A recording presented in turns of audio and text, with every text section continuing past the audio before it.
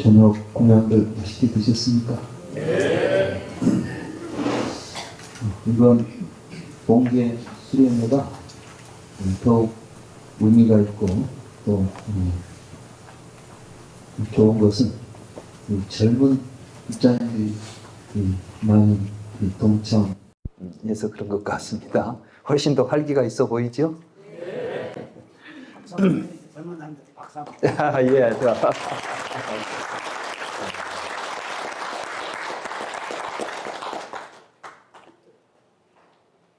지금 부처님 성불 하실 때 나이가 35이에요. 그러니까 오늘 오신 젊은이들이 알고 보면 좀 비슷한 또래의 젊은이가 지금 깨달아 버린 거예요. 그리고 이제 온 세상에 내가 붓다다라고 이제 선언을 하시는 그러한 지금 상황입니다. 불교는 젊은 종교죠. 사실은 이런 문제들을 우리는 자아가 형성되고 자아를 자각하기 시작할 때 이 문제를 심각하게 스스로 고민하고 거기서 답을 구해서 인생을 살아야 되는 것입니다. 근데 우리는 이제 다 늙어가지고 갈 때쯤 되니까 이런 거 하고 있으면 이게 되겠어요? 우리 젊은이들은 얼마나 더 큰 행복을 복이 많습니까? 우리 그분들을 축복하기 위해서 다시 한번 박수.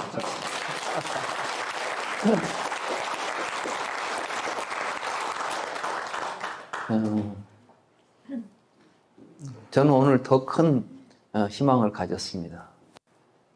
젊은이들도 이걸 이렇게 관심을 가지고 공부하려고 할 수 있겠구나. 이제 좀 젊어져야 되겠습니다. 다음 수련회 때는 젊은이들이 훨씬 더 많이 동참할 것으로 저는 확신을 합니다.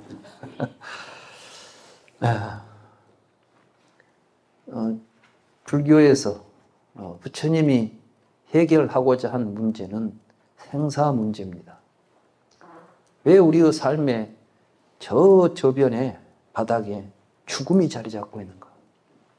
사실 이 문제는 서양 철학에서도 굉장히 중요시 됐던 주제였습니다. 20세기 초에. 이게 바로 실존 철학입니다. 실존 철학자들이 기존에 있는 철학들을 보니까 전부 겉도는 거예요.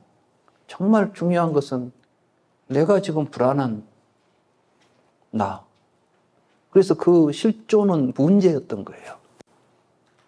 그리고 죽어가는 존재. 그래서 이제 우리는 죽는 병을 앓고 있다고 표현하잖아요. 실존 철학에서. 근데 실존 철학이 불행하게도 그 뒤에 그 거대한 욕망의 그 물결, 다시 말해서 자본주의의 그 거대한 욕망의 물결 속에서 그 시대 정신으로 자리 잡지 못하고 밀려가 버립니다. 그리고 실존 그런 문제를 생각해. 이게 얼마나 멋있어. 이거 먹고 쓰기 좋잖아. 이거 돈 잘 벌고.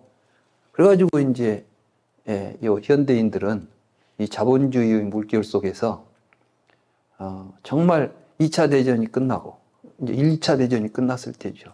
이 서구에서 실존주의 철학이 이제 막 나타나기 시작한 것은 니체 이제 이런 무렵부터 뭔가 지금까지 관념적으로 사유하는 것이 아니라 나 안에 있는 내 문제를 해결해야 될 거 아니냐. 이런 문제들이 제기돼 가지고 실존의 문제를 이제 철학의 주제로 삼았었는데 불행하게도 이제 전후에 엄청난 이제 경제적인 어떤 그 쾌락주의가 만연하다 보니까 명품 사는 게 낫지 무슨 여기서 이런 그런 거 생각해. 그거 다 어차피 죽을 건데 그거 죽을 때 죽더라도 쓸 때 쓰고 살면 좋지 않아. 이런 이제 문화가 지배해버린 거야, 시대 정신으로. 그래서 지금은 보면 광고 보면 밤낮 이거 쓰면 좋잖아, 이거 뭐가 하고 이런 것만 하지. 심각하게 생각하고 이런 문제들은 사라져버렸어요. 그러면 그것이 사라졌다고 해서 문제가 해결됐냐? 아니죠. 그 문제는 각자 내부 안에 갖게 돼요. 그러니까 이제 겉으로는 화려한데 속으로는 썩어가는 겁니다. 그래서 현대인들이 굉장히 화려하고 행복하게 사는 것 같은데 속을 들여다보면 그래서 이제 다른 어떤 시대보다도 고통이 많은 시대가 되어버렸어요. 그래서 고통이 많은 것은 이제 뭘 보면 아냐면 정신병원이 잘 되면 그 고통이 많은 거죠.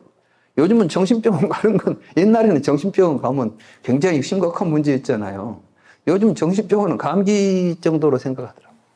그만큼 우리들이 갖게 되는 내면적 고통 문제들이 큼에도 불구하고 무감각해져 버린 것입니다. 무감각해졌다고 해서 사라지지는 않습니다. 이런 문제들을 근본적으로 해결할 수 있는 길이 어디에 있느냐. 사실 나는 이제 부처님을 보면서 젊은 시달타에게 죽음의 문제는 바로 실존 철학에서 문제 삼았던 실존의 문제인 것입니다. 그래서 실존 철학도 항상 보면 실존을 어떻게 극복할 것인가였어요. 실존에서 말하는 실존은 지금 여기 내 살고 있는 내 존재 자체가 이미 죽어가는 존재고 고통 속에 있다. 불안한 존재다. 그러니까 어쩌라고. 이건 문제 제기였던 거예요. 그래서 이걸 어떻게 이제 우리가 초월해 갈 것이냐. 실존을 초월하자는 문제입니다. 쉽게 말하면 해탈이라는 말을 지금 그렇게 표현한 거예요. 서양 철학적으로 말하면 실존의 초월은 이제 어떤 해답을 구하려고 했는데 결국은 답을 구하지 못하고 문제 제기하는 데서 실존 철학은 이제 시들어 가버렸던 것입니다. 그리고 우리 시대 정신은 이제는 자본주의 아래서 모든 학문도 돈벌이가 되죠. 거기 가서 뭐 학위해가지고 어디 가서 직업으로 갖고 와서 장사가 돼버린 거예요. 그러니까 학교가 이제 완전히 대놓고 그러잖아요. 학교가 시장화 돼야 된다고. 명자 어머니는 시장에서 아들을 건져냈는데 요즘 어머니들은 시장에다 자식들을 집어넣고 있다고. 이게 현대 교육이 되어 있어요. 이건 상당히 심각한 문제인 것입니다. 저는 우리 붓다 나라의 이 불교 운동은 이렇게 이제 뭔가 심각한 문제를 가지고 있는 이 시대 정신을 어떻게 이제 건강한 정신으로 이 시대를 만들어 갈 것인가. 또 이 문제를 해결할 사람들은 누구겠어요? 앞으로 미래 시대를 책임질 젊은 사람들이 그 일을 해내야지. 뭐 우리 이제 갈 사람들 하다 가버리면 뭐 하겠습니까? 그렇습니다. 그래서 이제 이런 책이 나오게 되면, 불경이 나오게 되면 젊은이들도 관심을 가지고 공부할 수 있을 것이고, 저는 그런 점에서 우리 붓다 나라 할 일이 참 많다고 생각을 합니다. 아무튼 이제 우리는 왜 우리는 죽음이 내 안에 자리 잡고 있는가? 죽음이라는 병의 근원이 무엇인가? 우리 병을 고치자는 겁니다. 그래서 이제 부처님은 의사의 표현도 되지요. 사실은 부처님은 죽음의 병을 고치는 의사인 거예요. 정말 우리가 살아가면서 죽음이 문제되지 않고 정말 지금 여기에 살아있는 이 삶 자체에서 우리의 삶을 전체적으로 드러내고 살 수 있다고 한다면 얼마나 좋겠어요. 그걸 보여준 분입니다. 부처님이 안 돌아가셨습니까? 부처님은 돌아가셨죠. 우리 눈으로 보면 부처님도 우리가 똑같이 돌아가셨습니다. 근데 부처님은 왜 안 죽었다고 할까요? 부처님은 죽을 놈이 없다는 걸 알고 가신 거예요. 우리는 사실 내가 죽는다는 나를 붙잡고 있으니까 내가 고민되는데 나라고 할 만한 것이 없다는 사실을 부처님은 깨달은 거예요.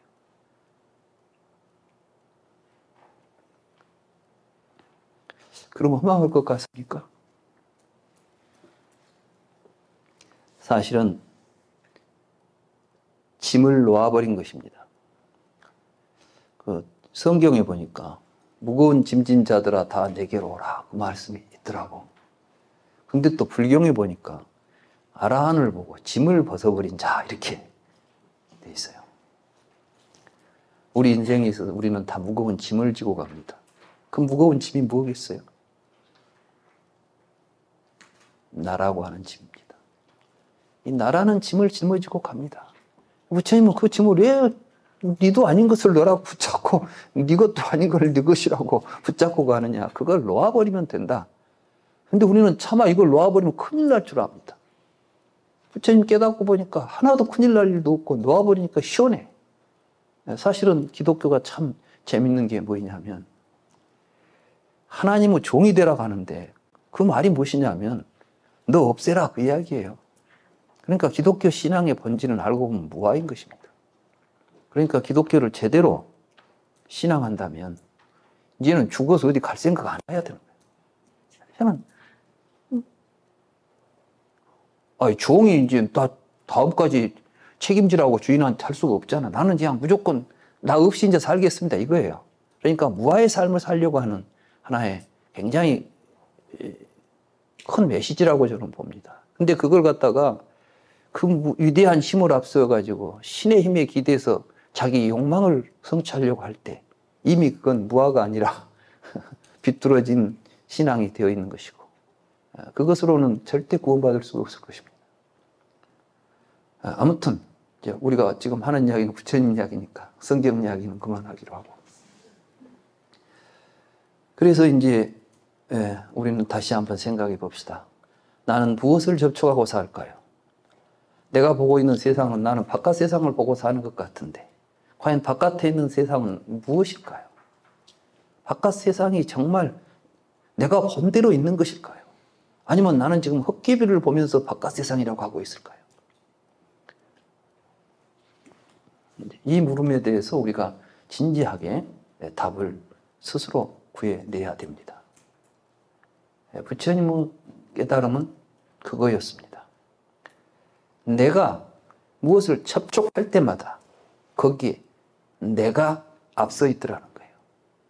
그러니까 볼 때 항상 나는 내가 보고 있더라는 거죠. 들을 때 내가 듣는 것이에요. 그래서 내가 없으면 사실은 보이지 못합니다. 이게 무슨 이야기냐면 여러분이 어디를 가다가 여러분이 지나가면서 다 보지 않아요. 카메라는 가면서 사진을 찍으면 다 찍죠. 사람은 지나가면서 다 안 봐요. 딱 볼 때 자기가 나타난과 동시에 대상도 나타나는 거예요. 내가 봤다는 의식이 있을 때만 보고 있는 거예요. 의식 없이 볼 때는 나는 없는 거예요. 사실 안 본 거야. 그때는 보는 놈도 없고 보이는 놈도 없이 지나갔던 거예요. 맞아요? 아니 이거는 누가 와서 보러 간다고 해서 보러 왔다고 그랬죠? 누가 그러셨어요? 한번 손 들어보세요. 와서 보라고 해서 보러 오신 분 있었는데 예, 맞죠? 이걸 보라는 거예요. 보셨어요? 바로 이런 걸 보라는 거예요. 내가 뭘 봤는지를 모르고 있었지. 우리는 있는 걸 본 줄 알았어. 있는 걸 본 게 아니라 그러면 우리는 어떨 때 나라는 게 드러날까요? 이게 욕심입니다. 자기 관심입니다.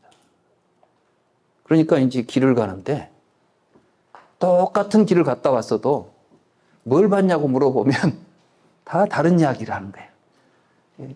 먹기 좋아하는 사람은 식당만 보고 와요. 그러니까 뭐 식당이 많더라. 책 좋아하는 사람은 서점만 보고 오고 옷 좋아하는 사람은 옷가게만 보고 와. 그러니까 어떤 명동을 지나와서 보고 온 걸 쓰라고 하면 어떤 사람은 뭐 그런 게 있었어? 이러는 거야. 나는 분명히 봤는데 전혀 못 보는 거예요. 왜 못 봐요? 그러니까 사실 우리가 보고 있는 세계는 그런 거예요. 그러면 세계는 뭘까요? 우리에게 세계라고 하는 거. 우리는 지금 세계 속에 내가 살고 있다고 생각하잖아요. 근데 사실은 나의 세계는 내가 본 것들입니다. 내가 본 것들이 나의 세계를 이루고 있고 나의 의식 속에서 바깥 세계라고 내가 알고 있는 것들이에요. 굉장히 중요합니다. 요즘 이제 양자역학에서 과연 존재란 무엇인가 했더니 존재는 볼 때 나타난 것이지 보기 전에는 존재는 없다는 거예요. 우리는 마치 있는 걸 본 것처럼 말하는데 보니까 있었던 것들이죠. 이건 현대 양자역학에서 그동안 있으니까 봤다는 생각을 가지고 그 문제를 해결하려고 하니까 이건 도대체 마술 같은 이야기고 말도 안 되는 이야기고 뭐 이야기해봐야 지가 해놓고도 말이 안 된다고 생각하는 거예요. 근데 사실은 사실인 거예요, 그게. 예를 들면 빛은 파장도 되고 입자도 되지요. 근데 지금 이 순간 나는 입자로 봤고 누구는 파장으로 봤다면 지금 세상이 똑같은 세상입니까? 똑같은 존재를 본 겁니까? 아니죠. 우리는 마치 세계가 고정적으로 밖에 있는 세계 속에 내가 태어났다는 생각을 한 거예요. 이게 생사와 연결이 되어 있는 거예요. 우리는 전부 다 내가 오기 전부터 이미 세계는 있었고 나는 그 세계 속에 왔다가 갈 때는 간지 온지는 모르지만 어디로 갈지는 모르지만 아무튼 그 뒤 문제는 잘 모르겠어. 근데 태어난 건 분명해. 어떻게? 없었는데 태어났어. 그래서 이제 똑같이 또 의문을 가져요. 어디에 있다가 왔을까? 갑자기 왔을까? 그게 이제 전생이 있냐 없냐 문제지. 또 가면은 다음 세상으로 갈까 안 갈까? 그럼 또 내세가 있냐 없냐죠. 그러니까 이제 윤회를 믿냐 안 믿냐. 불교가 그런 걸 논한 줄 알아요. 그래서 어떤 분들은 저보고 이중표 교수는 손 혼자 철학적으로 하고 윤회를 부정한대. 나는 윤회를 긍정도 부정도 한 적이 없어요. 다만 윤회는 사실이 아니라는 것이지. 윤회를 믿고 있는 사람에게 왜 윤회가 없겠어요? 왜? 우리에게 존재라는 것은 자기가 보고 있는 명색을 존재라고 보니까 윤회라는 것을 지가 만들어 놓고 어떤 현상을 윤회라고 보고 있으면 그 사람한테는 있는 거예요. 부처님은 그렇게 있다는 이야기를 하는 거야. 윤회가 객관적으로 있는 게 아니라 세상에 있다고 하는 모든 것은 그런 식으로 있다는 이야기를 하지. 없다는 이야기를 하거나 있다는 이야기를 하지 않습니다. 부처님은 그래서 우리에게 무엇이 있다 없다라고 논의하는 것 자체가 희론이라고 그랬어요. 말하자면 있냐 없냐 맞냐 틀리냐 이런 논의 자체가 그건 언어를 실제시하고 있고 연기를 모르고 있고 실상을 모르기 때문에 나타난 논란들이다. 그래서 우리는 그런 걸 가지고 서로 다투고 논의할 필요가 없어요. 누가 맞냐?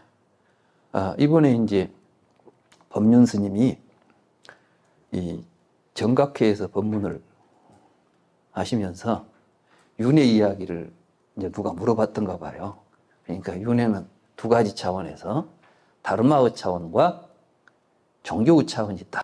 종교의 차원은 신앙이니까 있다고 믿으면 뭐 믿으면 문제니까 우리가 그걸 관여할 수는 없는 것이다. 윤회가 있다고 믿고 살면 어쩔 수 없지 않냐. 그러나 다르마의 측면에서 보면 부하가 윤회할 리가 없는 것이다. 이렇게 이야기를 했어요. 그러니까 그 스님이 상당히 군다고 해서 막 윤회설을 부정하고 믿지 마라 이런 이야기 안 한 거 아니에요. 그리고 불경에 보면 그렇게 돼 있더라. 그 이야기 하는데 벌떼같이 일어나가지고 이제 또 윤회론자들이 또 윤회가 부정하네 하다가 이제 그 문제를 가지고 토론하자고 또 나오더라고. 그래서 이게 무슨 토론하는 문제예요. 그게 윤회가 있냐 없냐. 그거 토론해서 결론이 나겠습니까? 그거? 있다고 믿은 사람이 누가 뭐라 한다고 해서 안 믿겠어요? 없다고 믿는 사람이 또 그 말 듣고 안 믿게 되겠어요? 어차피 우리가 하는 언어들은 자기가 원하는 식으로 생각해서 만들어낸 언어 구조 속에서 우리는 사유하고 그것을 믿고 있는 것입니다. 부처님은 왜 우리는 그런 짓을 하고 있는가를 깨달은 것이에요. 어떻게 해서 그런 일이 벌어지고 있는가를 깨달은 거예요.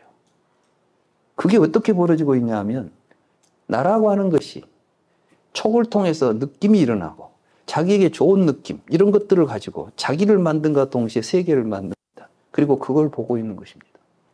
이게 일체 유심주입니다. 우리는 우리들의 의식을 만듦과 동시에 세계를 만들어내고 있는 것입니다. 그게 바로 식과 명색인 것입니다. 그런데 이제 이러한 구조 속에서 우리는 항상 보고 듣고 냄새 맡고 맛보고 만지고 생각할 때 자아의식이 자리 잡게 되는 것이죠. 이게 아야따나입니다. 그러니까 이제 입처라고 했을 때 육입처라고 했을 때 그 입처라는 말이 산스크리트어로 아야따나라는 말을 번역한 건데 원래 이 아야따나라는 말은 부처님이 처음 사용한 단어가 아니에요. 이건 찬토기아 우파니샤드에 아트만이 머무는 장소를 이야기합니다. 찬토기아 우파니샤드에 보면 내가 너에게 이제 아트만이 어디 있는지를 우리가 모르니까 아트만이 어디 있는 줄 알아야 찾을 거 아니에요. 그래서 이제 우파니샤드의 주제는 아트만 찾는 작업이에요. 아트만이 어디에 있는지. 그래서 이제 내가 너에게 아트만이 들어있는 곳을 가르쳐 줄게, 그 말이에요. 들어있는 곳. 입처라는 것이 들어있는 곳이란 뜻이에요. 아야따나가 뭐냐면, 아야따라는 것은 이제 들어가서 따나가 머문다는 뜻이에요. 어디에 서 있다는 것이니까. 아야, 이제 간다는 뜻이에요. 들어가서 머물고 있다는 뜻이에요. 이걸 이제 한자로 번역하니까 입처, 입 또는 처, 이렇게 세 가지 번역이 나왔던 것입니다. 찬도기와 우파니샤드에서 말하기를 볼 때 아트마는 눈에 머물고 있다. 그래서 눈은 브라만이 머물고 있는 장소다. 눈 속에 브라만이 있다. 브라만은 다른 말로 말하면 아트만이니까. 아트만과 브라만은 같다는 것이 우파니샤드의 이야기니까. 그래서 볼 때는 눈 속에 보는 놈이 들어있는 거 지금. 들을 때는 그럼 아트만이 어디로 가겠어요? 이제 귀로 간다. 귀가 들을 때는 귀가 아트만이 머무는 장소다. 그리고 호흡할 때는 숨 속에 머물고 있다. 숨 속에 또 아트만이 머무르 갖고 숨을 쉰다는 게, 아트만이 없으면 그러니까 숨을 못 쉬죠. 이게 죽으면 왜 숨을 못 쉬냐? 아트만이 머물고 있지 않다는 거야, 이제 거기에는. 그 다음에 생각할 때는 마음에 머문다. 이것이 아트만이 머무는 네 가지 장소다. 이런 이야기가 나와요. 그러니 부처님은 그러면 왜 그 사람들은 그런 생각을 했을까요? 우리는 볼 때 보는 놈이 있고 들을 때 들은 놈이 있다는 생각을 하는 것이죠. 그래서 또 우파니샤드는 또 이런 이야기 합니다. 보지만 보이지 않는 것이 아트만이다. 듣지만 들리지 않는 것이 아트만이다. 그러니까 아트만 우리가 보고 들을 수는 없지만 보고 듣는 놈이다. 우리 생각하고 좀 비슷하죠. 나는 못 보지만 보는 놈이 나라니까 그냥. 그래서 이제 철학자들은 그 나라는 것을 칸트 같은 경우는 선험적 자아다. 내가 경험을 하지는 않지만 경험을 하려면 먼저 있어야 돼. 그건 아트만하고 똑같은 이야기라는 거예요. 그러니까 지금까지 철학에서 자아라고 했던, 상정했던 모든 것들은 그렇게 경험이 안 되지만 경험하는 주체라고 봤던 것이죠. 과연 그게 정당한가를 부처님이 묻고 가는 거예요. 이제. 지금 부처님은 그냥 앉아서 어쩌 하다 보니까 그렇게 한 게 아니에요. 부처님은 우파니샤드 철학에서 이야기했던 나는 무엇인가를 찾아야 되지 않아요, 지금. 나 때문에 지금 생사가 벌어지니까. 그래서 그런 철학들을 다 섭렵한 거예요. 다 익혔고 그들이 말하는 대로 수행도 해봤고 다 해봤는데 도대체 믿기지도 않고 확신이 있어지도 않고, 그래 부처님은 다시 스스로 이제 사유를 통해서 그 길을 찾아가는데, 결국 우리가 보고 들을 때 내가 있다고 하는 이 생각이 과연 옳은가를 본 거예요. 그런데 정말 놀라운 걸 부처님은 또 깨닫게 되는 거예요. 과연 볼 때 자아가 머물고 있었을까요? 유깁처가 있었을까요? 명색을 연하여 유깁이 있다고 그랬죠? 이건 아무도 생각해 보지 못했고 사실은 사유로서는 도달할 수 없는 것이에요. 다만 그것은 자기가 직접 내적인 통찰을 통해서 체험할 수밖에 없는 내용이에요. 오늘 그 내용을 여러분들이 체험할 수 있도록 하겠어요. 내가 봤다는 이야기를 한다는 것은 보는 내가 있었다는 이야기를 하는 거 아니에요. 그렇죠? 여러분들이 내가 봤다 할 때 이름도 형태도 없는 것을 본 적이 있는 거예요.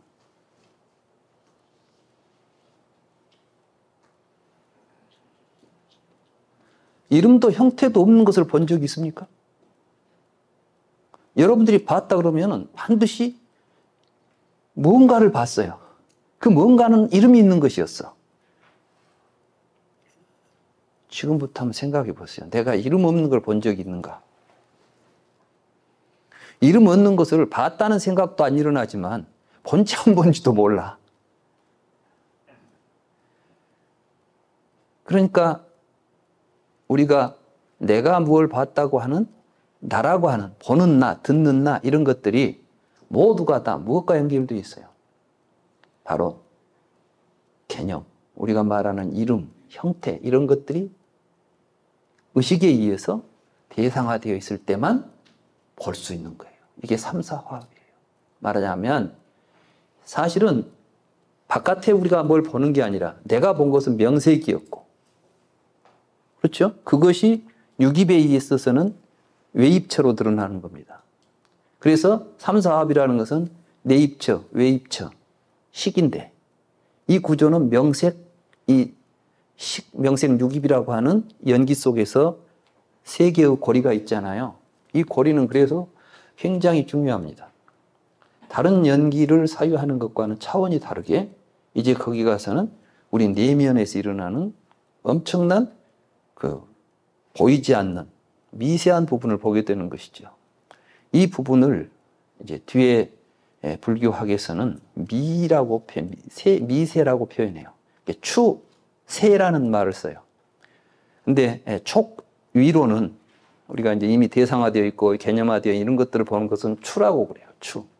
대상이 거칠어서 그냥 우리가 보면 대충 내가 보이는 생각해보면 금방 느껴지는 건데 이 세라고 하는 것은 지극히 의식을 집중해가지고 자기 의식에서 정확하게 들여다봐야만 보이는 게 아주 세밀하게 관찰해야 되는 아주 미세한 의식들의 구조죠.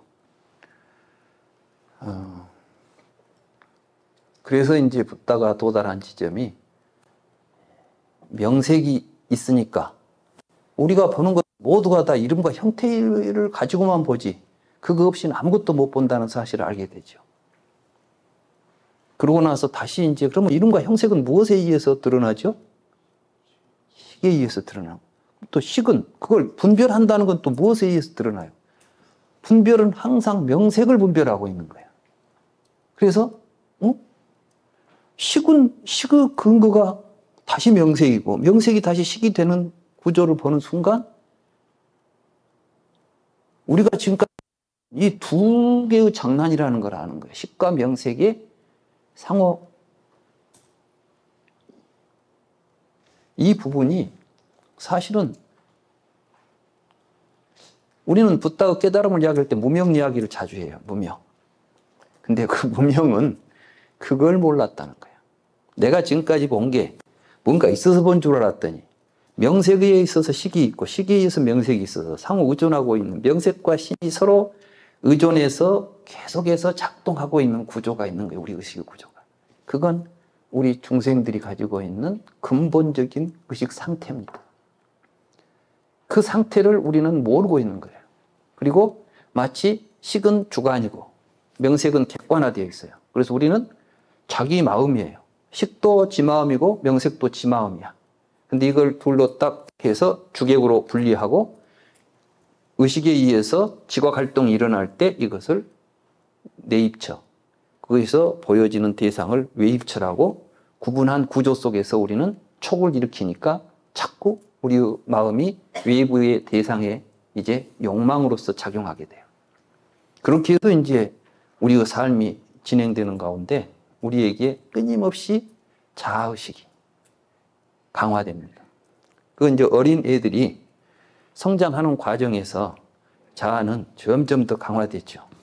그래서 이제 늙어지면 아주 굳어져 가지고 이제 구제불능일 경우까지 있어요. 예. 그러니까 얘들은 어렸을 때 자아가 이렇게 확실하지 않으니까 그냥 하다가도 막 그냥 친구도 쉽게 사귀고 쉽게 변하죠. 근데 이제 나이가 들면 들수록 이제 지 마음에 안 맞으면 아무것도 안 해. 그리고 굳어지고 고차가 되고 그게 죽음이죠. 그게 이제 안 되면 죽은 거야. 이게 붓다가 깨달은 연기법입니다.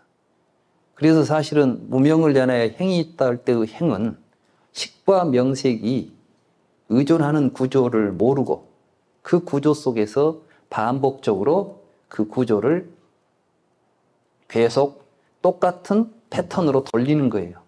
그래서 이제 사람마다 식과 명색이 작동하는 패턴들이 달라요.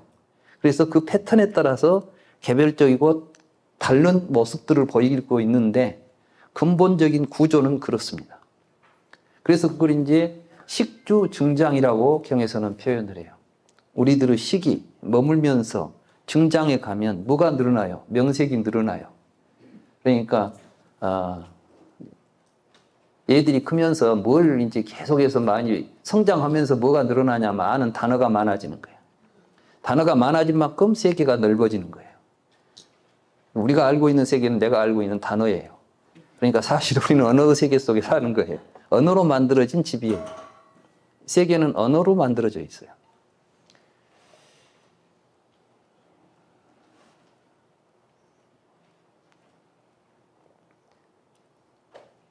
그 사실을 깨달은 거예요. 근데 그 속에서 지가 갖고 있는 말이 옳다고 또 싸워요. 그래서 논쟁이 생기고 투쟁이 일어납니다. 그래서 이제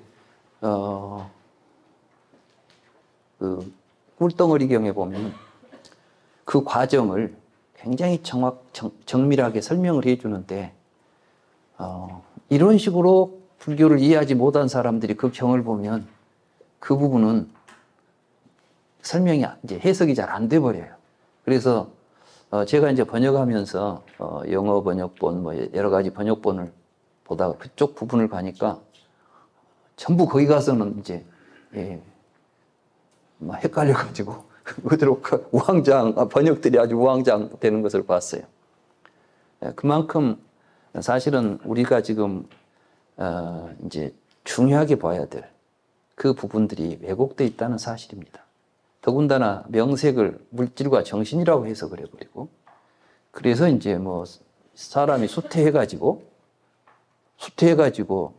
뭐 식이 커가면서 정신과 육체로 나눠지고 거기서 육군이 생겨가지고 세상에 나와서 촉을 하고 12연기를 이런 식으로 이제 보게 되면 이건 부처님이 깨달아서 우리에게 보여주고자 했던 생사 문제 해결하고는 전혀 다른 이야기가 되는 거예요.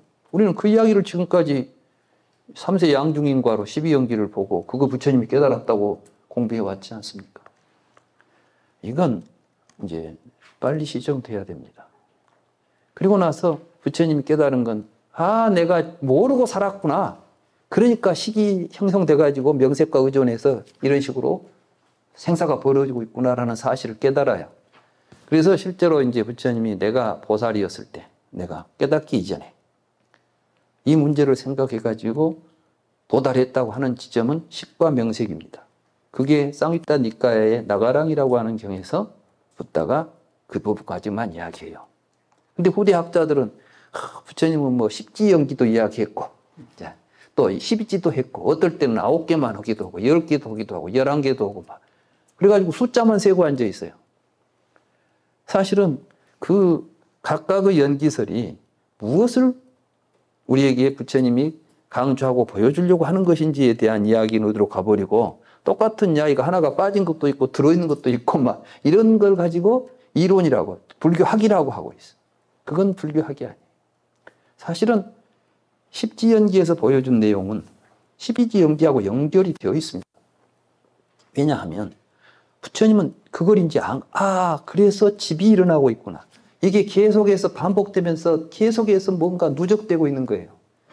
그 누적되는 망상들의 총체가 온인 거예요. 그래서 부처님이 이제 온이라는 말을 쓸 때는 칸다라는 말을 씁니다. 칸다는 산스크리트는 스칸다라는 것인데 이건 덩어리예요. 뭐 이제 모여입은 덩어리가 되잖아. 뭐 흙덩어리, 먼덩어리 이렇게 하잖아. 눈덩어리 하듯이. 그러면 덩어리가 되려면 뭐가 쌓여야 되잖아. 그 쌓이는 것을 집이라고 그래요. 그래서 온이 집기한다. 모여서 형태를 가지고 우리 의식 속에 자리 잡아서 나타나요. 그게 이제 우리들에게 있어서 자아의식의 구조입니다. 이런 내용들은 앞으로 이제 심리학이 발전하면 인간의 심리구조 속의 자아의식을 그런 식으로 보아갈 겁니다. 요즘도 많이 그쪽으로 오고 있다는 걸 제가 보고 있습니다.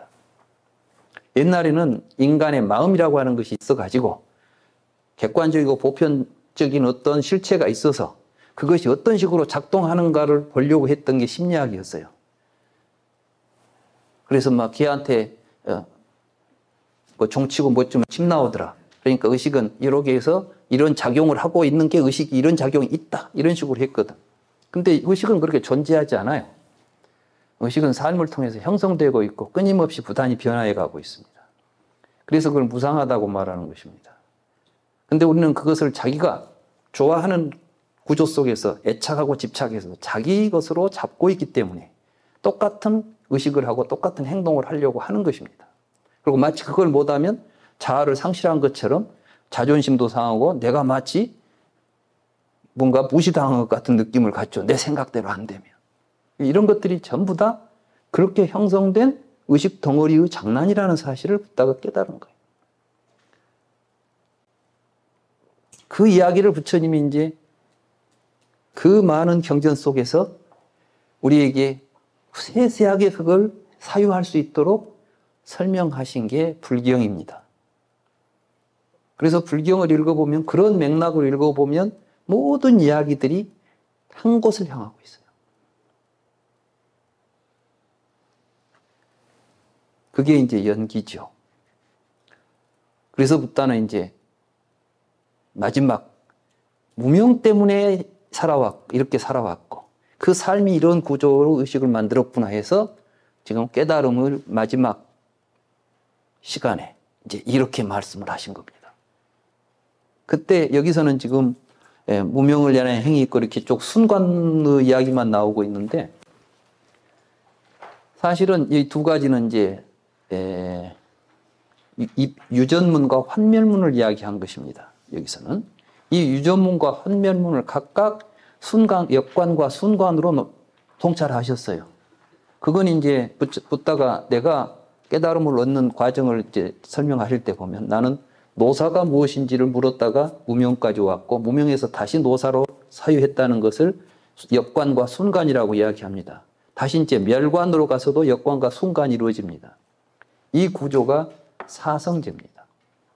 그러니까 사성제는 거짓멸도 내자가 아니라 12연기의 유전문과 환멸문을 역관과 순관으로 통찰하는, 그런 통찰은 혼자 앉아서 사유하는 것이 아니라 끊임없이 사념철하거나 이렇게 자기 의식을 들여다보는 치열한 내적 성찰을 통해서 한 단계 한 단계 깨우쳐가는 과정이었던 것입니다. 그것을 한 줄로 써놓으니까 금방 읽어보고, 나도 12연기 다 사유했는데 뭐가 생사 문제도 해결되는 것도 같지도 않고, 내가 외우고 뭐 앞뒤로 외우고 다 아는데도 뭐가, 개념도 다 이해했는데도 뭐가 안 돼. 안 되죠.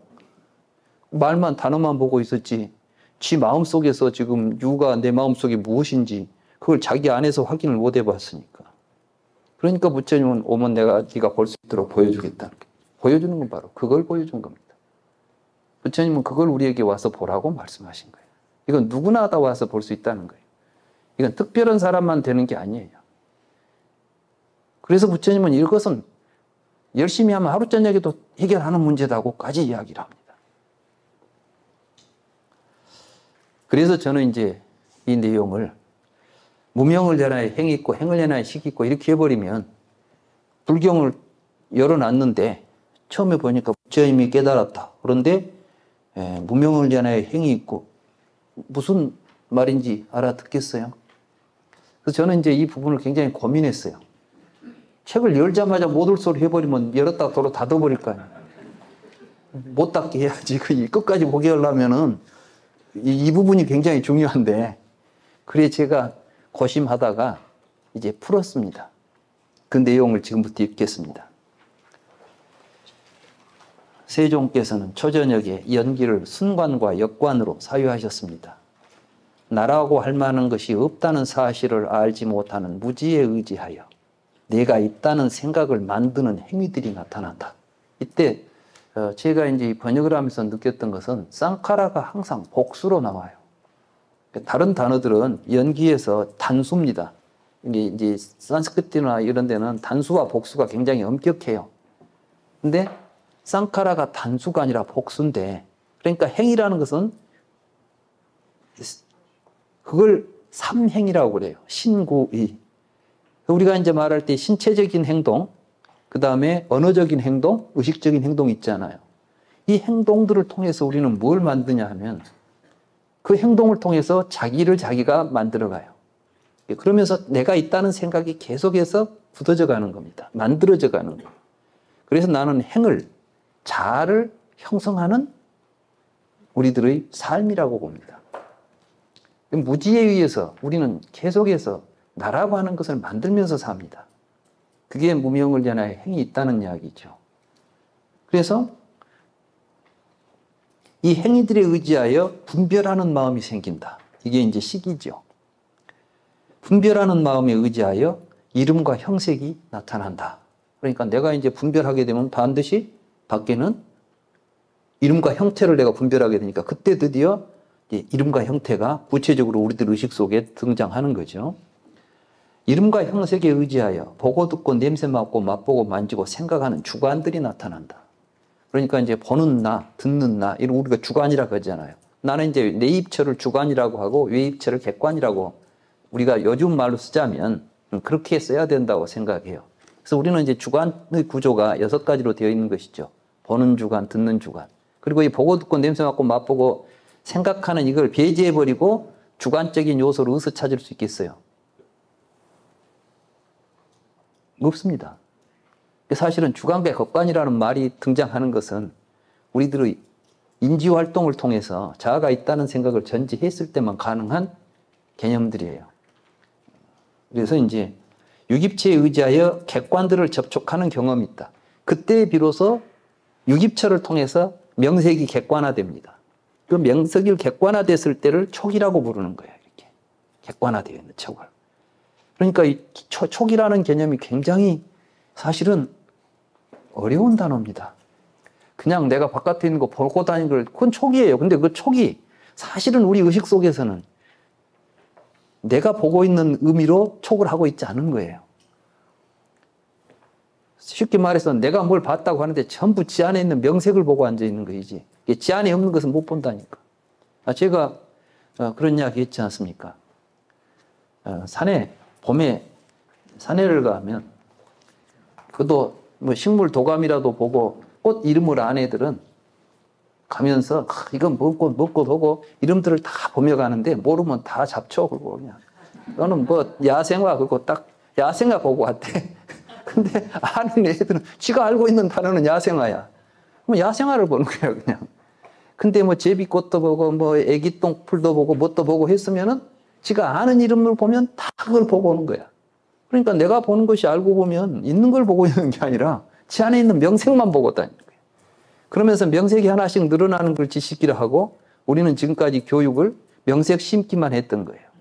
명색의 실체를 밝히는 그 교육을 한 게 아니라 명색을 많이 심어주고 다양하게 심어주면 지식인이 되고 교양인이 되는 것처럼. 근데 지식인이 되고 교양인이 된다고 해서 행복해지지는 않잖아요. 오히려 그거 없이 산 사람들이 더 행복하더라고. 명색이 쌓이면 행복해지는 게 아니라 오히려 분별이 많아지고 더 심리적으로는 복잡해져요. 그러니까 행복 지수로 본다면 고등교육을 받은 사람보다 사실은 많은 교육을 받지 않은 사람들이 훨씬 행복하게 잘 사는 것 같아요. 그런 건 느끼셨어요? 그런데 우리는 고등교육을 받으면서도 행복한 삶을 살 수 있는 길을 찾아야 되지 않겠어요? 나는 불교가 그 답을 가지고 있다고 봅니다. 그래서 경험에 의지하여 고락의 느낌이 생긴다. 그러니까 사실은 우리가 느끼는 고락의 경험들도 과거에 경험했던 것들과 항상 연결되어 있습니다. 그러니까 똑같은 것을 봐도 옛날에 내가 그것 때문에 자라보고 된 사람은 자라만 보면은 비슷한 것만 봐도 놀랜다니까. 자라보고 놀란 사람이 소뚜껑 보고 놀란다잖아요. 근데 뭐 용봉탕 맛있게 먹은 사람은 자라보고 놀래겠어요? 침 흘리지. 좀 맛있게 생겼다 그러지. 우리가 가지고 있는 어떤 대상을 통해서 오는 것은 사실은 대상이 가지고 있는 성격이 아닙니다. 그건 우리의 경험에 의해서 명색이 형성되고 그 명색에 촉이 일어나면 나는 그대로 반응하는 거예요. 그게 요즘 뇌과학에서 또 이제 그 이야기를 하는 거예요. 내가 느끼는 것은 이게 뇌는 거짓말을 잘한대. 비슷하면 지가 만들어버려 그냥. 우리가 어디 가다가 깜짝 놀리잖아요. 그럼 뭐냐면 없는데 놀라는 것은 뇌는 그걸 보는 순간 옛날에 자기가 경험했던 것을 우리한테 대상으로 보여주는 거죠. 깜짝 놀랐는데 천천히 보니까 아니야. 다시 확인할 때는 아니죠. 우리가 보는 것은 그렇게 눈으로 보는 게 아니에요. 눈은 정보를 전달해주는 하나의 통로이고 사실은 요즘은 그래서 이제 뇌과학 하는 사람들이 불교가 그러면 뭐 뇌과학하고 부처님은 이미 통찰을 통해서 우리들의 의식이 어떤 식으로 되는지를 이미 보셨기 때문에 과학적으로 분석해 보면 부처님은 깨달음에 가까워지지 부처님이 잘못 봤다고는 안 할 겁니다. 그만큼 부처님은 면밀하게 우리들의 의식이 일어나고 사라지고 어떻게 형성되고 어떻게 작동하는지를 보신 것입니다. 불교는 그런 걸 깨달아 가도록 부처님이 우리에게 가르친 것이고, 그래서 이제 그런 공부를 좀 하시게 되면 뭐 부처님만큼은 아니라도 조금씩은 이제 가까워지게 아마 보이시는 부분이 있을 거예요. 옛날에는 보지 못했던 자기 안에 일어나는 어떤 이런 것들이 왜 문제였는지, 또 그 문제를 어떻게 해결해야 되는지, 아마 해결하려고 하는 방법이 달라질 겁니다. 그래서 고락은 느낌이 일어나면, 고락은 느낌에 의지하여 갈망이 생긴다. 갈망에 의지하여 취착이 생긴다. 취착에 의지하여 나라는 존재가 있다. 그 이유를 내가 그냥 과감하게 나라는 존재라고 했어요. 맞습니다. 그게. 나라는 존재에 의지하여 내가 태어났다는 생각이 있다. 여러분들 생사 문제를, 나무 생사 문제가 되어본 적이 있어요? 우리가 문제 삼고 있는 건 남이 태어나고 죽는 문제 아니죠? 내가 태어나서 내가 살면서 내가 죽는 내 문제라니까. 그러니까 12연계에서 생사는 생물학적인 이런 생사가 아니라 지금 내 속에서 계속 막 살기 힘드네. 왜 태어났을까? 죽어야 되는데 괴롭네. 이런 생각들이라니까. 이 생각이 나 때문에 일어난 거니까. 나의 존재로 인해서. 그러니까 유가 없으면 없다. 이렇게 말하잖아요.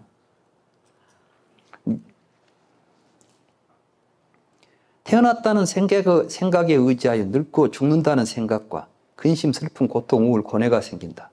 이와 같은 과정이 쌓여서 순전한 괴로움 덩어리가 나타난다. 이게 집이에요. 고집열도 올 때 사성제의 집. 부처님은 그때 뭐라 하냐면, 집이다. 나는 집을 깨달았다. 이 이야기를 하는 거예요. 부처님이 사성제의 집을 깨달았다는 것은 무명을 연해서 생로병사에 오치원이라고 하는 자아가 형성되면서 괴로움이 계속해서 우리의 삶 속에서 누적되고 쌓여가지고 자아가 강화되고 그것 때문에 고통이 커지고 있다는 사실을 깨달았다는 거예요. 나라고 할 만한 것이 없다는 사실을 알고 무지에서 벗어나면 내가 있다는 생각을 만드는 행위들이 사라진다. 그러니까 이제 불교 공부는 어떻게 수행이 뭐냐 하면 나라고 있다는 생각을 지우는 삶을 사는 것이 수행이에요. 그럼 어떻게 해서 그걸 할 수 있습니까? 그래서 이제 삶 속에서 항상 주시해야 돼요. 뭐 할 때 나라고 하는 생각이 딱 나오잖아요. 누가 먼저 나를 무시해? 딱 이런 생각이 나잖아요. 벌써 나라는 놈이 하나 나올 거예요. 그때는 무시한 사람을 향해서 왜 나를 무시하냐고 시비 걸지 말고 내가 더 생각했구나 하고 딱 그놈을 없애버려야 돼. 그러면 그 사람하고 시비가 일어나겠어요? 안 일어나겠어요? 또 그런 사람한테 계속 시비 걸겠어요? 안 걸겠어요? 그거는 이제 그래서 이 무화를 채득은 사람은 적이 없어. 누가 칼을 들고 치려고 해도 칠 놈이 없는데 당할 놈이 없다는 얘기야. 그래서 이제 그걸 여기서 이렇게 이런 사실을 듣고 알았으면 머릿속에 담고만 있으면 안 돼요. 해봐야 알아. 해보니까 정말 그렇게 되면 맞네 하고 이제 그때 뭐가 생기겠어요? 확신이 생겨요. 그 부처님은 그렇게 말씀하신 게 내 말을 들으면 첫째는 그 말에 대해서 이해를 해야 된다. 그러라고. 그랬으면 진짜 해봐야 된다. 해봤으면 그때 네가 뭘 느끼게 될 거야. 그때 사실이면은 그때 이제 확신을 가져라. 처음부터 누구 말을 듣고 믿지 말고. 그러니까 오늘 제가 한 이야기도 그럴듯합니까? 문제 이해가 된 거야. 그럴듯하다는 건 이해까지 된 거야. 이해가 됐으면 이제 해보라시라니까요. 그래서 내가 이제 사실은 나도 이제 해보니까 더 확신이 생기더라고. 그래서 어떤 일이 있어서 뭔 일이 있을 때 올라와요. 근데 올라올 때면 반드시 나라는 놈이 나라는 생각부터 올라와. 그래가지고 막 심장도 뛰고 얼굴도 붉어지고 무엇이 막 변화가 일어나. 근데 그때에 딴 데로 가면 안 돼요. 그놈을 봐야 돼. 이게 뭐냐면 적을 만난 거야. 그러니까 이제 이놈하고 싸워야 돼. 이놈을 없애려고 이게 공부예요. 그놈한테 이기는 걸 승리자라고 그래. 부처님은 나는 승리했다 그랬잖아요. 경에 보면 마라가 나와요. 마라. 근데 마라가 사실은 밖에 있는 놈이 아니야. 그 안에 있는 부처님이 깨달은 뒤에도 자꾸 어떤 생각들이 올라와요. 그때마다 나는 이미 너를 죽였다. 나는 너를 잘 안다. 그러니까 마라가 도망가 버려. 그 말에 도망가. 이게 뭐냐면 경에서는 그렇게 표현하고 있지만 사실은 우리에게 그걸 이야기하는 거예요. 나에게 나라는 생각이 일어나는 것은 반드시 나의 욕심과 연관되어 있어. 그래서 탐진치를 없애라는 거야. 부처님이 욕심 없애라는 것은 그냥 도덕적으로 잘 살자는 이야기가 아닙니다. 그건 이 탐욕에 의해서 자아의식이 만들어져가는 단초가 무지에 의해서 탐욕이 나오고 탐욕에 의해서 진심이 나와요. 화가 나. 그러니까 나라는 생각이 안 일어나는데 화나는 법이 없어. 여러분들이 화날 때 보면 화를 내고 있는 놈이 나야. 근데 내가 없다면 화낼 일이 없는 거야. 그리고 그때 화를 안 내면 큰 일이 벌어질 것 같고 바보가 될 것처럼 느끼는데 그렇지 않고 화를 안 내면 성자가 되는 거야. 그러니까 화를 안 내면 부처가 되는 겁니까? 성자가 되는 겁니까? 성자가 부처예요. 성자를 문이라고 그러잖아요. 샤카문. 부처님은 성자가 되셨어요. 성자는 바로 자기를 죽여버린 사람이에요. 그래서 그걸 보고 이제 나를 내려놓은 사람, 그래서 이제 짐을 벗은 사람, 아라한이라고도 하고 이런 이제 경전에 다양한 표현들이 나오는데 그것은 뭐 다시는 죽지 않게 되는 존재가 되는 게 아니라 뭐 다시 태어나지 않는 존재가 되는 게 아니라 본래 생사가 없음을 깨닫고 사는 사람을 붓다라고 하는 것입니다. 그래서 내가 있다는 행위들이 사라지면 분별하는 마음이 사라지고 분별하는 마음이 사라지면 이름과 형색이 사라진다. 이름과 형색이 사라지면 보고 듣고 냄새 맡고 맛보고 만지고 생각하는 주관들이 사라지고 보고 듣고 냄새 맡고 맛보고 만지고 생각하는 주관들이 사라지면 객관들을 접촉하는 경험이 사라진다. 그러니까 이제 경험이 사라진다는 것은 뭘 못 본다는 것이 아니라 그걸 보고도 자극을 받지 않아요. 촉이라는 건 이제 자극이죠. 우리는 이제 좋은 것이 자극을 하면 웃고 나쁜 것이 자극하면 울고 화내고 막 그러잖아요. 그래서 이제 경에 보면 수없이 많은 게 뭐냐면 칭찬과 비난에 수행자는 흔들리지 않는다. 누가 비난한다고 해서 거기에 대해서 마음이 막 상한다거나 또 누가 칭찬한다고 해서 들뜨지 않고 항상 평정심을 유지하는 것이다. 그래서 이제 그 굉장히 중요합니다. 그래서 이제 이런 걸 알면 내가 어떻게 대처해야 될 줄 알잖아요. 그렇죠? 어떤 사태가 나에게 벌어졌을 때 내가 어떻게 대응할까? 근데 막 눈에는 눈. 이렇게 배운 사람들은 어떻게 해야 돼? 눈에는 눈이고 뭐 해야지.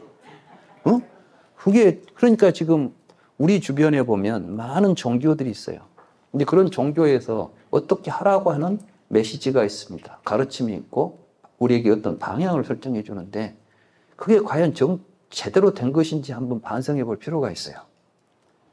이제 아무튼 이 가장 큰 원수가 나예요. 그러니까 이제 나를 잡고 있으면 항상 보면 이제 교만과 자만이 일어나요. 그래서 이거 해가지고 내가 뭔가 좀 된 것 같으면 이제 다른 사람이 얕보이는 거예요. 좀 사람마다 이제 또 남보다 더 높아지려고 그래. 우리가 이제 교육부터 그런 걸 우리는 학교에서 가르쳐요. 밤낮 경쟁해가지고 1등 상 주고. 그러니까 나는 그 상 주는 것도 별로 안 좋아하고 받는 것도 별로 안 좋아해요. 우리 붓다 나라에서 아직까지 상 받은 사람 없죠.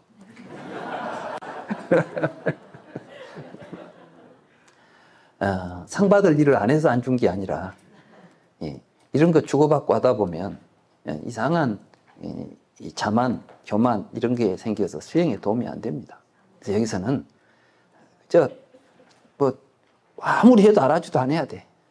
예, 예. 아니, 알아줘도 좋아. 누가 알아줘도 자기는 스스로 그것에 대해서 전혀 거기에 영향받지 않아야 돼. 그래서 우리가 지계발언문에 다른 사람이 나에게 말할 때 그 말이 진실을 이야기하든 거짓을 이야기하든 나를 속여먹든 어쩌든 알면서도 나는 거기서 영향을 받지 않아야 된다. 이게 이제 사실은 무아를 실천하는 굉장히 중요한 수행입니다. 그래서 이걸 이제 부처님이 깨달았어요. 그러고 나니까 모든 고통이니 우울이니 근심, 걱정이 싹 사라져 버렸어요. 아마 우리 붓다 나라에서 이제 앞으로 공부하시게 되면 그런 것들 곧 사라질 거예요. 이렇게 하라는 대로만 한번 해보세요. 그러면 효과가 굉장히 좋습니다. 제가 우리 주변에 지금 여기 공부하신 분들은 제 이야기를 듣고 공감하실 거예요. 분명히 그거는 오래오래 뒤에서 효과가 나타나는 게 아니라 해보면 즉각 나오는 효과야. 그러니까 붓다나라 수행은 아주 효력이 굉장히 신속해요. 그 뭐 몇 년 뒤에 나오고 그러더라나 지금 하는 순간 우리는 이제 그걸 볼 수가 있는 것입니다. 그래서 그때 이 도리를 처음에 발견하셨다고 그래요. 그리고 발견하시고 우다나를 입으셨는데 열심히 선정을 닦는 바라문에게 여러 법들이 드러났다. 여러 법들이 드러났다는 것은 이제 12연기 쭉 그 무명행식 이것들을 다르마라고 그래요. 이런 다르마들이 드러났다는 거예요. 원인이 있는 다르마들을 통찰하니까 원인이 있다는 것은 연기하고 있는 그 말이에요. 연기하고 있는 다르마들을 통찰하니까 그랬구나 하고 이제 의심이 사라진 거예요. 이게 쉽게 말하면 견도예요. 이제 본 거예요. 이게 우리가 지금 불교일 때 견도, 수도, 무학도 그러죠. 그 과정을 초저녁에 이렇게 하고 한 밤중에 이게 3번 나눠서 했다잖아요. 정말 3번 나눠서 부처님이 초저녁에 하고 이렇게 했다는 이야기는 사실은 부처님은 연기의 도리를 깨달은 게 견도와 수도와 증도의 과정을 거쳤다는 이야기를 지금 이렇게 경전에서 하루 저녁 그날 성도하신 날로 잡아서 표현한 것이지 그날 저녁에 정말 막 초저녁에는 이렇게 하고 다음 저녁 이렇게 했다고는 저는 생각되지 않아요. 다만 우리가 수행을 한다 하더라도 여기서 부처님이 보여준 것은 처음에 연기에 대한 도리를 분명하게 스스로 관찰해서 통찰해서 알아야 되겠고 그 다음에는 그것을 실천을 통해서 수행을 해봐야 되겠고 그 다음에 그것을 직접 체험해야 된다는 거예요. 아까 제가 이 이야기를 듣고 여러분들이 이해했잖아요. 이건 견도예요. 우리들의 삶 속에서 가장 수행을 하든 무엇을 하든 놓치지 않아야 될 게 뭐냐면 나라는 생각이 일어날 때 놓치지 않아야 돼요. 나라는 놈이 나올 때마다 알아차리고 우리가 전쟁을 할 때 제일 무서운 게 안 보이는 놈이잖아. 응? 매복에 있는 게 지금 나타나면 그건 이제 한번 해볼 만 하잖아요. 그래서 보면 사라진다고 말하는 거예요. 보아야 사라집니다. 공부하는 사람은 반드시 무엇을 봐야 될지도 알고 봐야 될 거 아니에요. 나도 보고 있는데 오늘 산도 보고 강도 보고 다 봤는데 안 사라지대? 그럴 수는 없지. 자기 안에 일어나는 망상과 번뇌를 알아차리고 보는 순간 사라집니다. 가장 큰 망상이 내가 있다는 생각입니다. 그래서 이걸 이제 겨냥을 해서 통찰하니까 의심이 사라졌다는 이야기예요. 그 다음에 두 번째는 또 통찰하고 나서 이게 이제 뭐입니까? 멸까지인 게 고집 멸도할 때 멸 보지 않아요. 집과 멸을 본 거예요. 그리고 이제 이 과정들이 고집멸도 사성제라고 이걸 이제 집과 멸을 역관과 순관으로 하면 고집멸도 사성제가 되는 겁니다. 그래서 사성제를 깨달았다는 이야기나 12연기를 깨달았다는 이야기는 동일한 내용이에요. 근데 또 어떤 분들은 막 붓다는 사성제를 깨달았냐 12연기를 깨달았냐 이걸 가지고 또 학술대회를 해요. 나 참 똑같은 이야기를 하는데 왜 사성제를 깨달았다고 뭐 어쩌고 연기를 깨달았다고 뭐 어쩐다고. 그러니까 참 어처구니가 없는 일들이 많죠. 사실은 똑같은 이야기야. 근데 이제 두 번째는 뭐냐면은 같은 이야기인데 소멸의 조건을 알고 나니 모든 의심이 사라졌네. 그래서 뭐냐면 멸했다는 것을 직접 수도했다는 것이죠. 세 번째는 8쪽으로 넘어가면 어두운 허공을 비치는 태양처럼 그는 악마의 군대를 섬멸했네 그랬잖아요. 이제 완전 문제를 해결했다는 거예요. 그러니까 세 번에 걸쳐서 우다나가 나오죠. 우다나라는 건 뭐냐면 감흥이 그때 이제 어떤 좋은 이제 그 감흥이 일어나 가지고 이제 노래를 하는 걸 보고 우다나라 그래요. 이제 우리가 보통 이 가타 형식, 시의 식구의 형식으로 만들어지는 경전 가운데 우다나와 가타가 대표적인 게 있는데 가타라는 것은 교리 내용을 시적인 언어로 표현해내면 이제 가타라고 그래요. 그런가 하면 우다나는 어떠한 자기 기분, 이게 뭐 좀 서정시에 해당하는 것이죠. 서사시에 해당하면 이제 가타가 되고 서정시에 해당하면 우다나라고 하는 것인데 이렇게 해서 이제 부처님은 깨달음을 성취하시고 이제 아자빨라 이야기로 넘어갑니다. 시간이 몇 시까지 하죠, 내가? 좀 8시 10분까지 조금 더 하죠. 약간 늦게까지 이겼어요. 그러면 30분까지 할까요? 예. 아니 뭐 지금 끝내라고 하면 지금 끝내고 제안하겠습니다. 예. 내일 저 마곡사 잘 승자가 있는데 그 누구 나와서 보시는 거고 나는 저는 저 교수님께서 그 2시간 중에서 한 날도 오늘 보셨을 것 같습니다. 뽑으려고 왔습니다. 하고 뭐 강의도 하고 구경도 갑시다. 내일 그러면 그 1시간 빼서 강의하고 또 그 마곡사 여기까지 왔는데 안 보고 갈 수 없으니까 보고 가면 되지 뭘 그렇게 합시다. 예. 그래서 이제 여기는 근데 이제 이때 참 이 재밌는 이제 사건들이에요. 이때 그 아자빨라 니그로다 나무로 자리를 옮기셨다 그랬죠. 처음에는 이제 보리수 아래에서 있다가 이제 장소를 옮겼다고 돼 있는데 이 니그로다 나무가 뭐냐 하면은 그 열대지방에 가면 반얀출이라는 거 있죠. 반얀출이라고 이 가지에서 뿌리가 막 내려와요. 그래가지고 뿌리가 땅에 닿으면 그냥 거기서 나무가 막 되고 그래. 그래서 굉장히 그 큰 숲을 이루어버려요. 이 반얀치리를 니그로다 그러는데 아자빨라 니그로다라고 하는 니그로 그 반얀치리 자리로 이제 옮겨가지고 7일 동안 또 거기서 해탈의 즐거움을 누리고 있는데 그때 그 바라문이 하나 이제 찾아와가지고 인사를 하고 이제 어떤 사람이 진정한 바라문입니까? 바라문은 어떤 행실을 보여야 됩니까? 이렇게 물으니까 부처님이 또 그때 이제 우다나라나 읊은 것이 바라문은 사악한 법을 버리고 거만하지 않고 허물이 없고 자제력이 있어야 한다네. 배달을 통달하고 청정한 범행을 완성한 바라문은 진리를 가지고 가장 훌륭한 말을 해야 한다네. 그에게는 세상 어디에도 오만이 없다네. 이게 이제 이 굉장히 많은 부분에 부처님이 뭘 이야기하냐면 오만에 대한 이야기를 해요. 교만, 자만, 오만 이런 이야기 있죠. 이 오만의 핵심이 뭐냐면 아상이에요. 내가 있으니까 이제 그래서 나를 놓고 우리는 남과 비교하잖아요. 그래서 나가 저 사람은 나하고 좀 수준이 맞아. 저 사람 나보다 더 안 돼. 나보다 더 높아. 이렇게 해가지고 우리는 높은 사람한테 가면 주눅 들고 낮은 사람 보면은 경멸하고 뭐 이런 생각들 같잖아. 이게 전부 오만에 속해요. 그래서 이제 수타니파타에 보니까 많은 부분에 그걸 없애야 된다. 그래서 비교하지 마라.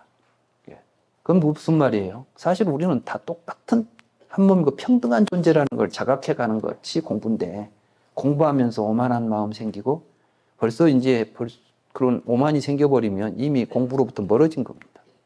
그래서 어떤 우리가 공부를 하더라도 항상 이 오만을 없애도록 이렇게 이제 부처님이 지금 깨달은 자리에서 이제 바라문은 이게 이제 뭐하고 연결되냐면 이 바라문이 가장 교만한 집단이잖아요. 말하자면 인도 사회에서 브라만 계급이 최상위 계급이잖아요. 그래서 가장 교만한 그 바라문 앞에다 놓고 부처님이 뭐가 진정한 바라문입니까? 그 교만 떨지 말어. 그러니까 이제 가버려 그냥. 이 사람 부처님 제자 안 되고 이 이후로는 존재도 없어요. 경에서. 그 다음에 이제 못 잘린다 이야기인데 이 못 잘린다는 이제 굉장히 그 부처님 성도할 때마다 뭐 영화 같은 데 자주 등장하죠. 이거는 뭐냐면 큰 코프라예요. 용이라고 표현되는데 그래가지고 이제 부처님이 앉아 계신데 그때 막 폭우가 쏟아지니까 코프라가 또아리를 틀어가지고 부처님 몸을 딱 보호하고 비를 막아주고 그런 그림 봤죠. 이게 이제 못 잘린다 아자빨라 니그로다 나무 아래에서 못 잘린다 나무로 옮긴 다음에 일어난 일입니다. 그래서 그때 이제 그러고 나서 청년 이제 바라문 청년으로 변화해가지고 부처님 앞에 합장했을 때 법을 듣고 만족을 하라. 세속을 멀리하는 것이 즐거움이다. 이게 이제 우리가 불교를 통해서 얻어야 될 즐거움은 세속적인 즐거움이어서는 안 된다. 이걸 보고 원리라고 그래요. 원리, 이욕 이렇게 이제 불교 공부하는 단계가 있어요. 예, 세속적인 어떤 가치들을 막 추구하고 돌아다녀가지고는 죽었다 깨어나도 안 되는 얘기예요. 그러니까 그런 것들은 그냥 멀리 해야 돼. 그래서 이제 원리라는 것은 세속을 멀리 하는 것을 보고 원리라고 그래요. 위에카라고 하는 것인데 세간에 살아있는 것들에 대하여 자제하고 해치지 않는 것이 즐거움이다. 세간의 감각적 쾌락을 초월하여 탐욕을 버리는 것이 즐거움이다. 이걸 보고 이제 이욕이라고 그러죠. 그래서 이욕악 불선법에서 이제 얻게 되는 게 이제 우리가 초선이다 그러지 않습니까? 불교에서 말하는 이런 선정도 우리는 자꾸 또아리 틀고 앉아가지고 이렇게 뭐 결과부적으로 앉아서 선정에 들어가가지고 초선, 이선 막 들어가려고 하는데 불경에 보면 그렇게 들어간다는 말이 한 줄도 없어요. 다만 어떻게 하냐면 이욕악 불선법하고 자기를 잘 살펴보라는 게 내 안에 욕심이 일어날 때마다 이욕을 어떻게 해야 할 수 있겠어요? 보여야 한다니까. 욕심이 일어나는데 안 보이는데 어떻게 이 욕심에서 벗어납니까? 그래서 이제 공부하는 것은 항상 자기 마음을 관찰하는 거예요. 그래서 삼매가 뭐냐면 밖을 향해서 있는 의식을 안으로 되돌려서 집중하는 걸 삼매라고 부릅니다. 불교에서는 그 이상 삼매 이야기 한 게 없어요. 그러고 나면 뭐가 보이겠어요? 지 안에서 일어나고 있는 게 보이잖아요.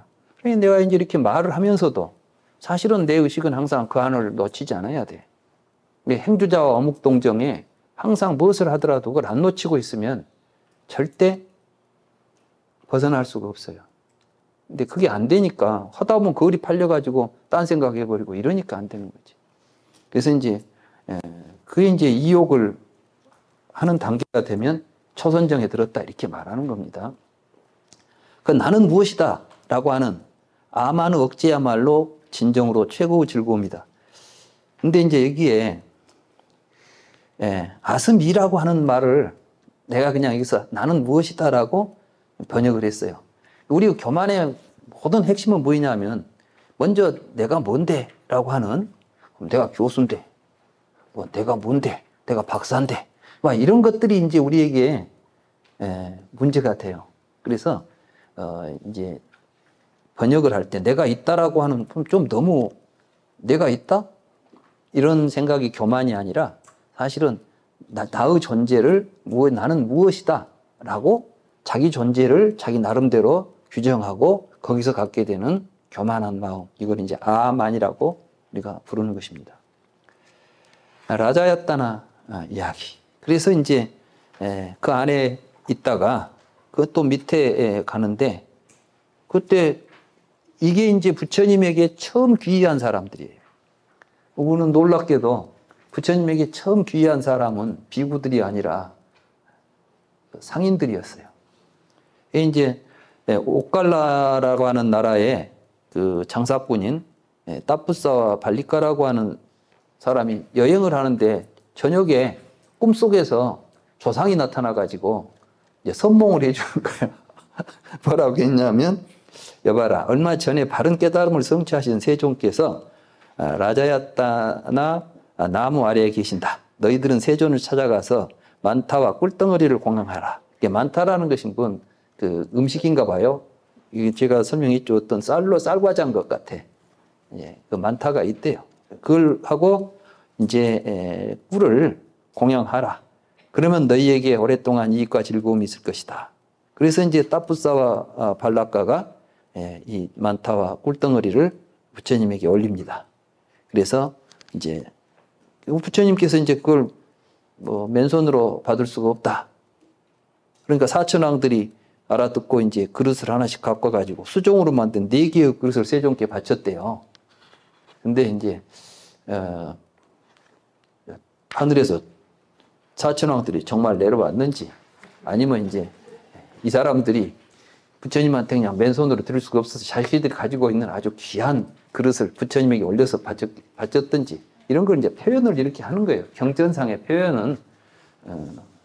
그래서 그때 부처님에게 예배하니까 예배하면서 이렇게 말합니다. 세존이시여, 저희들은 세존과 법에 귀의합니다.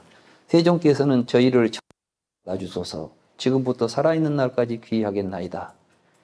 그들이 세간에서 두 귀처의 귀의를 맹세한 최초의 청신사였습니다. 그러니까 처음에는 이제 삼보가 갖춰져 있지 않아가지고 부처님하고 부처님 가르침을 받았잖아요. 부처님과 부처님의 가르침에 귀의합니다. 그렇게 자기가 부처님 앞에 맹세를 하면 부처님의 제자가 된 것입니다. 그래서 이제 삼귀를 했다는 것 자체가 뭘 의미하냐면은 나는 이제 부처님의 제자가 되겠습니다라는 의식이에요. 그래서 이것도 계입니다. 이 계라는 것은 우리가 보통 뭐 5계 해가지고 하지 말라는 건 계가 아니라 이것은 자기가 뭘 하겠다는 맹세예요. 그래서 이제 서언이라고도 하고 그래서 우리가 보통 법명을 처음 받을 때는 삼귀계를 줄 때 법명도 주게 되는 것이죠. 그래서 처음에는 이제 삼보가 갖춰지지 않아가지고 승가가 없으니까 부처님하고 법에만 귀의해서 처음으로 두 분이 부처님의 청신사가 제자가 되었던 것입니다. 그때 이제 그 유명한 범천이 이제 등장하죠. 그 부처님이 이제 생각해 보니까 이 너무 어려워. 좀 어렵지 않았어요? 부처님 깨달음의 그 연기의 도리가 사람들한테 쉽게 이야기한다고 해서 알아들을 이야기가 아니죠. 그래서 그냥 입을 다물까 하고 생각하고 있는데 이제 범천이 등장해가지고 부처님에게 간곡하게 청합니다. 그래서 이제 부처님은 이렇게 처음에 말씀하셨죠. 내가 힘들게 도달한 것을 지금 가르치려고 한 것으로 충분하리라. 탐욕과 분노에 패배한 자들은 이 진리를 쉽게 이해하지 못할 것이다.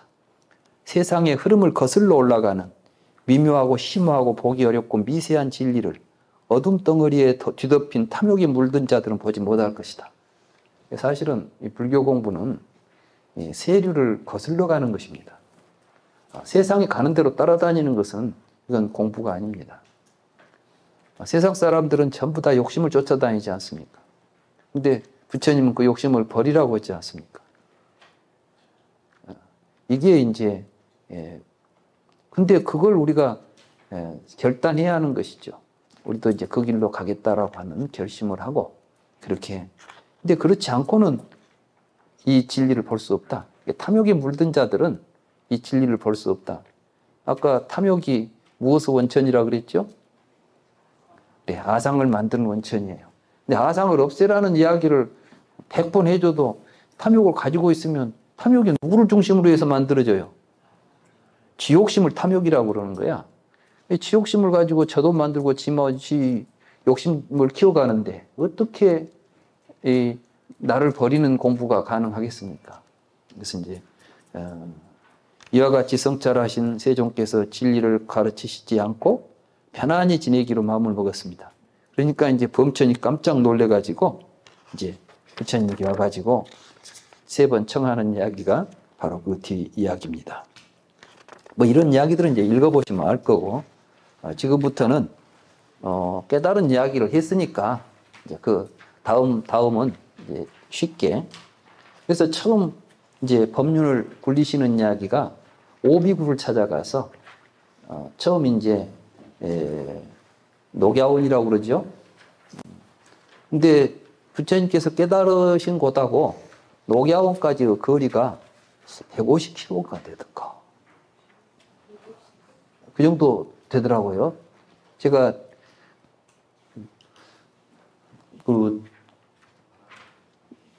바라나시에서 부다가야까지의 거리가 한 150km 될 겁니다. 근데 거기를 이제 혼자 걸어 가시는 거예요. 근데 부처님께서 처음에 이제 누구에게 법을 설할까 하다가 결국은 바라나시에 있는 오비구를 찾아가기로 하고 가다가 예. 이게 상인 두 명이 부처님께 기이한다고 그랬지 않습니까? 예. 근데 부처님께서 그냥 이게 식사만 공장만 받았는데 뭔가 이렇게 말씀을 하셨으니까 상인들이 기이한다고 말했을 것 같은데 어떤 말을 했을까요? 경전에는 그런 이야기는 아직 없습니다. 이제 그 이야기는 궁금하지만 그냥 궁금한 걸로 남겨둡시다. 근데 대개 보면 부처님께서 뒤에 보면 일관되게 신도가 되는 분들에게 해준 이야기가 있으니까 그게 뭐냐면 부처님은 차제설법을 하셨다 그렇게 돼 있어요. 그래서 이제 처음에는 도시를 이야기하고 천상을 이야기하고 차근차근 이야기를 해서 그러니까 이제 처음 불교를 공부하는 사람들에게 제일 먼저 가르친 거는 보시예요. 베풀어야 한다. 그래서 이제 자기 걸 주는 데서부터 수행이 시작된다고 보는 것이죠. 줄 줄 모르면 자기화를 시키는 작업이에요. 소유는 자기를 키우는 겁니다. 사람들은 소유물을 자기와 동일시하고 있어요. 실제로 여러분들이 나라고 생각하는 것을 한번 볼까요? 소유와 자아가 얼마나 동일한가? 여러분들은 나는 이 손을 내 손이라고 그러죠? 이게 내 소유물이라고 보지만 또 내 몸인가 동시에 나인 거예요. 그래서 내 것을 빼고 나면 나도 없어져요. 마치 자동차 부속품을 다 던져버리고 나면 자동차가 없죠. 자동차 바퀴, 자동차 핸들, 자동차 엔진 이렇게 해서 자동차가 마치 부속품을 가지고 있는 것처럼 느끼잖아요. 근데 부속품 다 떼고 나면 뭐가 남아요? 아무것도 없어. 그러니까 결국 나라고 하는 것은 내 소유물들을 모아놓은 것이에요. 그 소유물들 가운데 또 피부를 한계로 해가지고 피부를 경계선으로 해서 피부 안에 있는 것이 나고 피부 밖에 있는 것이 내 소유물인 것처럼 우리가 착각하죠. 그래서 내 것이 없어지면 내 몸이 떨어져 나간 것처럼 괴롭죠. 집착한 사람들이. 그게 이제 아픈 거예요. 왜 아파요? 내 살이 떨어지듯이 내 것이 사라지는 것은 내가 상실되는 것과 같아요. 그래서 결국은 아와 아소는 항상 같이, 그래서 나는 오는 나도 아니고 내 것도 아니다라는 표현들이 자꾸 나오죠. 그래서 이제 보시를 통해서 사실은 남한테 줌을 통해서 결국 자아의식을, 자아를 무력화시키는 첫 걸음인 것입니다. 교수님, 이제 뭐 화가 나고 이럴 때도 그 화를 이제 좀 내려놓을 수 있는 그런 거를 가지라고 그러셨는데 세상을 보면서만 너무 화나는 일들이 많은데 지금.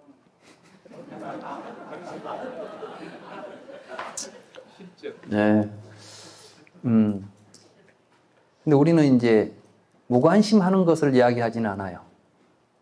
근데 여실하게 봐야죠. 우리는 문제는 뭐냐면 화난다고 해서 화풀이해서 될 문제는 아닌 거예요. 지금 화가 난다는 것은 문제가 있다는 것이지 않습니까? 그러면 이 문제를 어떻게 해야 우리가 해결할 것인가? 그래서 부처님은 항상 괴로움을 회피하지 말고 직시하라 그랬어요.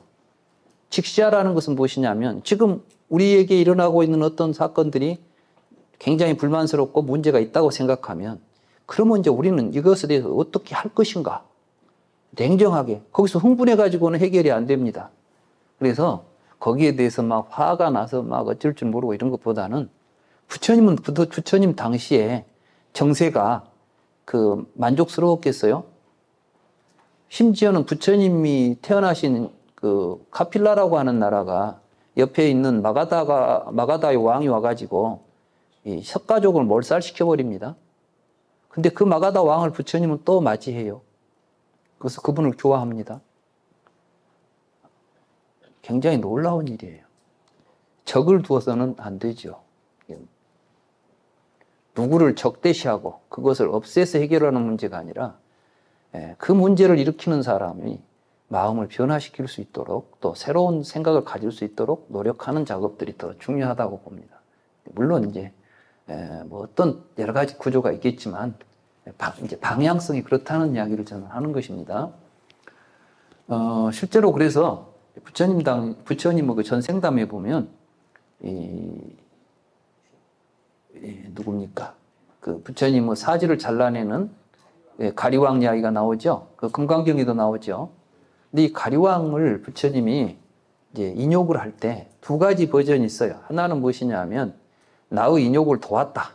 나를 인욕하게 해줬으니까 내가 그에 대한 보답으로 내가 죽으면 내가 이제 다음에 깨달으면 당신을 제일 먼저 제도해 주겠다 해가지고 교진녀가 전생에 부처님의 몸에다가 사지를 잘라내던 그 가리왕이었다. 이런 이야기가 있는데 다른 버전은 어떻게 되어 있냐면 수행자인 나에게도 저렇게 잔욕한데 다른 중생들에게는 얼마나 더 할 수 있을까?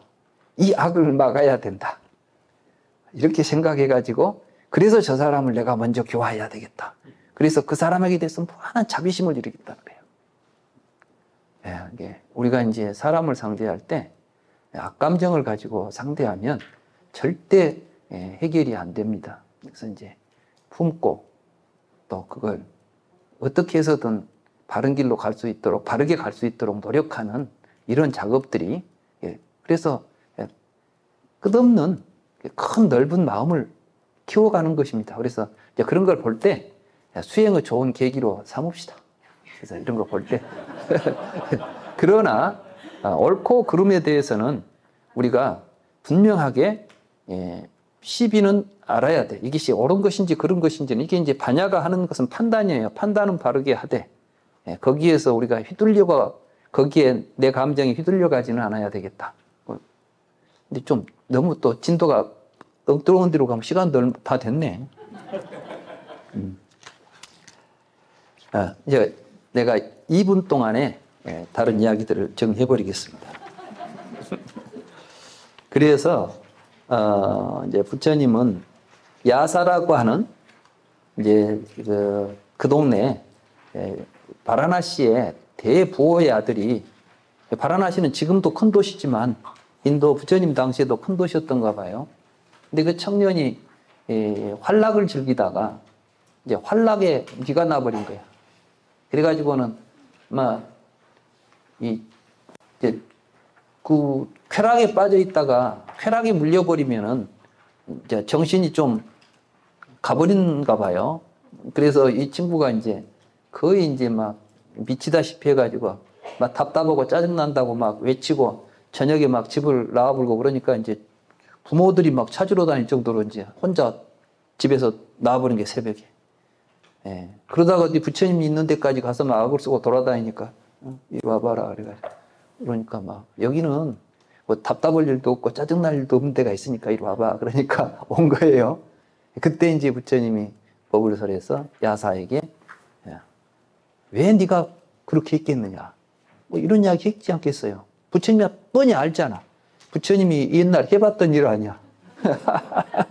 그러니까 야사를 데리고 한마디 하니까 야사가 그 자리에서 출가를 해요. 그리고 이제 그 부모가 출가를 합니다. 그렇게 해서 이제 다시 이제 야사 친구가 또 따라서 출가를 해요. 거기다가 또 그 동네 사람이 또 40명이 한꺼번에 또 막 출가를 하던가 50명이 하던가 그래가지고 여기 50명이 했죠. 그래가지고 60명이 출가를 합니다.